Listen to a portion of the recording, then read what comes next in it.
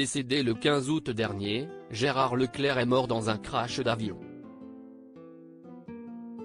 Désormais 2 enquêtes ont été lancées mais ces dernières sont jugées complexes.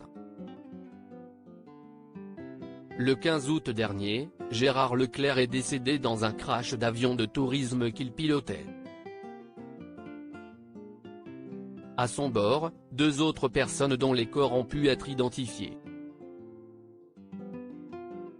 Après l'émotion et le choc de cette funeste annonce, le temps de l'enquête est arrivé.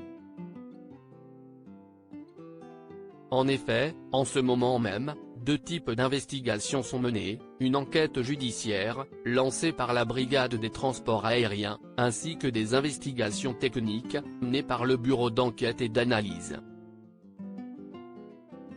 Le 17 août dernier, Marie-Céline Loubarès, la vice-procureure du tribunal judiciaire de Saint-Nazaire a donné des éléments à nos confrères de La Dépêche.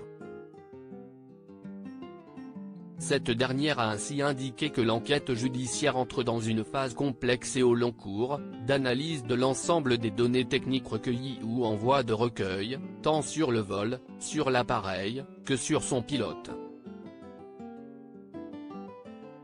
Elle a alors précisé qu'aucun élément ne permet pour l'instant d'aiguiller les enquêteurs sur une piste et que la situation doit être étudiée sous l'angle du facteur humain ou du problème machine.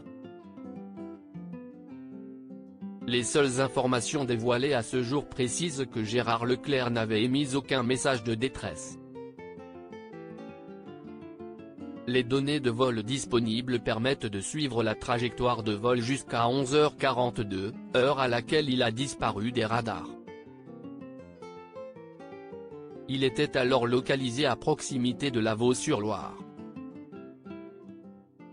Crash de Gérard Leclerc, des blessures incompatibles avec toute chance de survie. Les corps retrouvés ont pu être transférés pour analyse mais ont été lourdement abîmés, avec des traces d'un polytraumatisme très important, de multiples fractures et des blessures incompatibles avec toute chance de survie.